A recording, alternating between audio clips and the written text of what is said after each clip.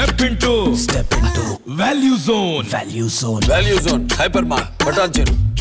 కాంగ్రెస్ అగ్రనేత సోనియా గాంధీ తెలంగాణ నుంచి ఎంపీగా పోటీ చేయడానికి గ్రీన్ సిగ్నల్ ఇచ్చినట్టుగా తెలుస్తోంది.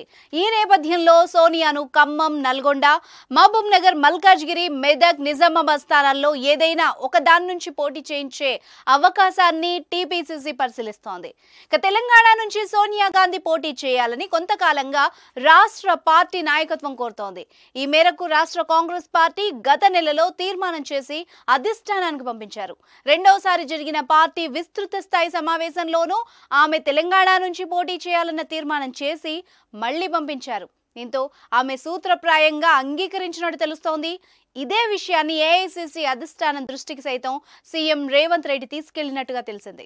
అన్ని అసెంబ్లీ స్థానాలు గెలుచుకున్న ఎంపీ సెగ్మెంట్ నుంచి సోనియాను బరిలోకి దించితే సునాయాసంగా గెలిచే అవకాశం ఉందని పార్టీ వర్గాలు ఒక అభిప్రాయానికి వచ్చాయి.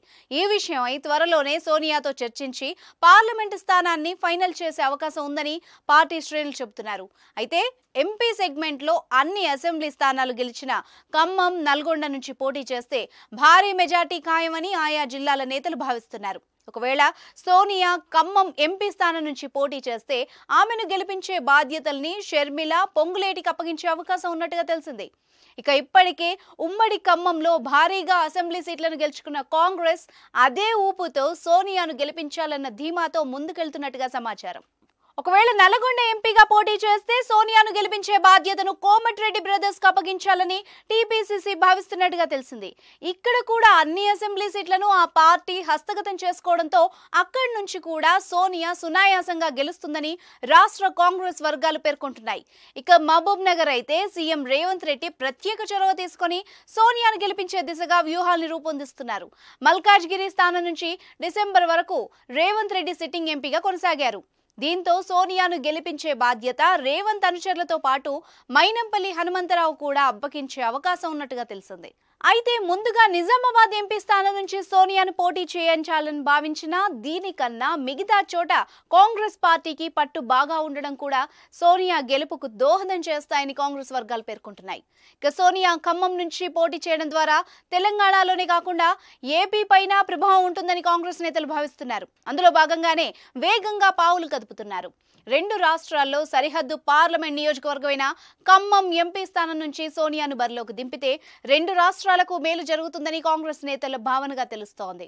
ఇక సోనియా ఖమ్మం నుంచి బరిలోకి దిగితే ఆమె గెలుపు బాధ్యతల్ని మంత్రి పొంగులేటి శ్రీనివాస్ రెడ్డి, వైఎస్ షర్మిలకు అప్పగించనున్నట్టు తెలుస్తోంది.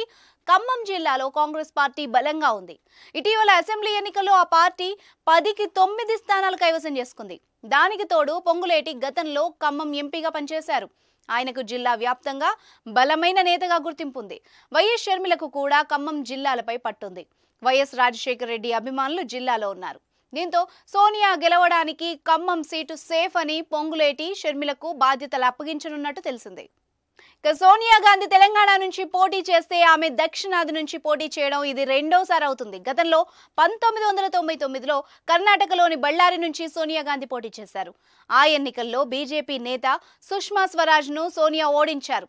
తర్వాత మళ్లీ 25 ఏళ్లకు సోనియా దక్షిణాదిలో భాగమైన తెలంగాణ నుంచి పోటీ చేయడానికి రెడీ అవుతున్నారు. మాజీ ప్రధాని ఇందిరాగాంధీ కూడా గతంలో కర్ణాటక, తెలంగాణ ప్రాంతాల నుంచి పోటీ చేశారు. 1978లో కర్ణాటకలోని చిక్మంగళూరు నుంచి పోటీ చేసి విజయం సాధించారు. 1980లో మెదక్ నుంచి పోటీ చేసి విజయం సాధించారు.